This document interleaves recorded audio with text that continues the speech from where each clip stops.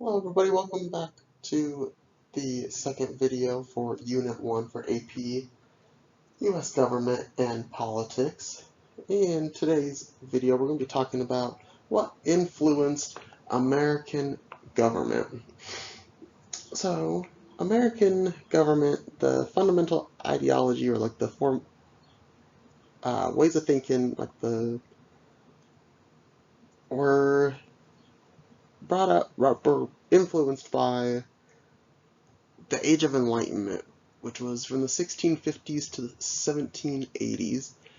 And during this time period, people were challenging and pushing back against the authority of the Catholic Church. And there was the idea of reforming society with toleration, science, and skepticism, and the idea of natural rights, and that all humans are born with these, such as life, liberty, and property. And the idea of the social contract, that people need protections and agree to give up certain freedoms for that protection. And so what is the best form of protection? Would that be an absolute monarchy, which was proposed by Hobbes, a constitutional monarchy or republic, which was proposed by Locke, limited government with the consent of the governed, which was also by Locke, or democracy, or whatever is decided directly by the people, by Rousseau.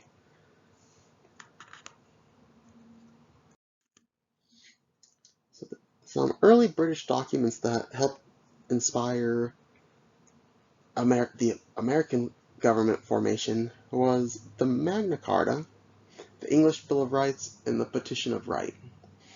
And some of the state documents were the Virginia Declaration of Rights, which was by George Mason, the Massachusetts Body of Liberties, and the general mistrust of strong national government based on the former colonial relationship with Britain.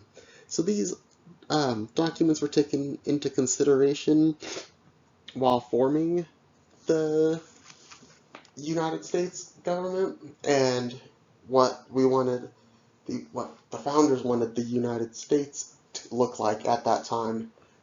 And we're trying to make it different because of the mistrust and the former experiences that they had with the under British rule. And some of the thinkers of during this Enlightenment period was Thomas Hobbes. And some of his big ideas that he proposed were the social contract that exists between rulers and the governed, and absolute rulers may be necessary to maintain order in a state of nature. John Locke was known for his kind of idea of people have natural rights, which were to life, liberty, and property.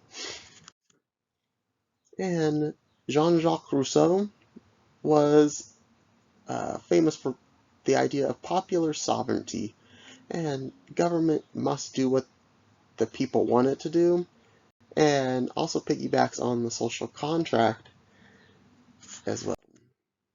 And Charles Louis Montesquieu, his big idea was a government's power should be limited and it should be divided among different groups of people. And we can kind of see this in our government now with the legislative, Congress, the executive with the president, and the judicial with the Supreme Court. And Voltaire, his big idea was for free speech, and he's quoted to have said, "I may disapprove of what you say, but I will defend you to the death your right to say it." And Mary Wollstonecraft was influential for the idea of women should have the same rights and opportunities that men have. And as we can see in American society now, is that her ideas and her once the ideas she was pushing are still being unfortunately fought for now, and are still being debated and not offered and not recognized by certain members of government even today, which is unfortunate. And Adam Smith is the last guy to be mentioned as one of the influential kind of thinkers of during this time of enlightenment.